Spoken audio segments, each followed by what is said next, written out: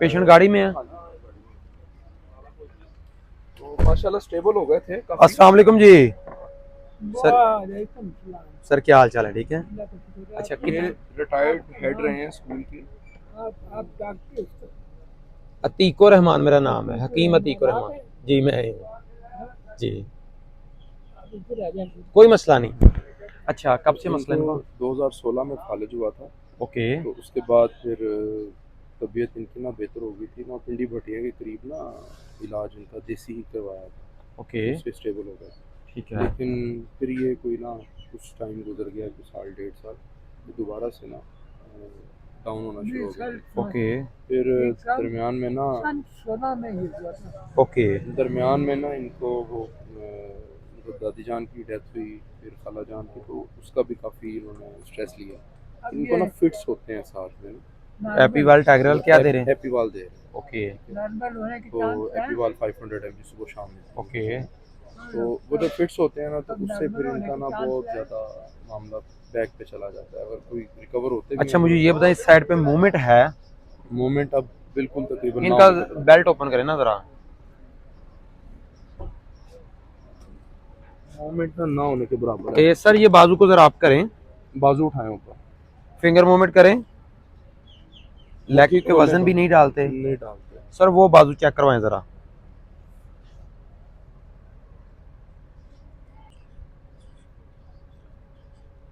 अभी करंट इनकी मेडिकेशंस क्या हैं? अभी ये सुबह में ना स्कार्ट प्लस ले रहे हैं, और साथ में एपीवॉल, ओके और साथ में नेबिस 5 mg। नाबिज किसके लिए है? वो इनका ना एपीवाल तो होगी फिट्स के हाँ लिए, जो अस्कार्ड होगी वो ब्लड थिनर है। हाँ जी बिल्कुल। और नेबिस इनको देते हैं कि इनका जो कोई क्या कहते हैं कोलेस्ट्रॉल या कोई इस तरह का मामला। जी तो ओके, ये बस मेडिकेशन है। हाँ सुबह टाइम में, और शाम में इनको देते हैं वेप्टोर देते हैं 10 mg, ओके और साथ में देते हैं इनको टेम्सोलिन कैप्सूल यूरिन के लिए। ओके। और हाँ सैनामिड देते हैं सुबह शाम आधी आधी। सैनामिड क्यों दे रहे हैं? वाइब्रेट करते हैं? ये हाथ जो इनका रशा जो मसला है। इनमें जो सारी आपने दवाइयां बताई, इनमें से सबसे जो खतरनाक दवाइयां हैं ना, वो सैनामिड और एपीवाल है। बिल्कुल। ये दोनों हाई पोटेंसी नशा है, हाँ। दिमाग को वक्ती तौर पे सुन्न करता है। तो ये आहिस्ता आहिस्ता डैमेज भी करता है, जो ब्रेन के मसल्स हैं उसको श्रिंक करता है, सुकेड़ता है। तो ये दो चीज़ें खतरनाक है, लेकिन अभी फौरी खैरबान तो नहीं होगी। इनका डाइट प्लान बताएं सर क्या है? डाइट प्लान इनको ना हम खाना देते हैं, कोशिश करते हैं कि तोड़ के ना किसी शोरबे में भिगो के या कोई सब्जी वगैरह बनाते हैं उसमें। सबसे पहला जो रॉन्ग पॉइंट है आपका ये वाला है, एसी वाला। एसी इनको जो है वो नहीं देना। हमारी जो मेडिकेशन है सर, उसका काम ये हो गया कि उन्होंने ब्लड की सर्कुलेशन को ठीक करके मसल्स को अपना एक्टिव करना है, और जो है जो साइड है इसको कवर करना है। एक तो किसी किस्म की भी कोई भी यहाँ पे मालिश नहीं करनी, बिल्कुल नहीं की, नहीं शुरू से ही नहीं की, क्योंकि मसला सारा ब्रेन का है। हाँ, माशाल्लाह आप इस चीज़ को समझते हैं। तो मालिश यहाँ पे बनती भी नहीं है सर, ठीक है। मालिश के मैं बिल्कुल खिलाफ हूँ, हालांकि जी जी मेरा नाम ही है सर, मेरा नाम ही है।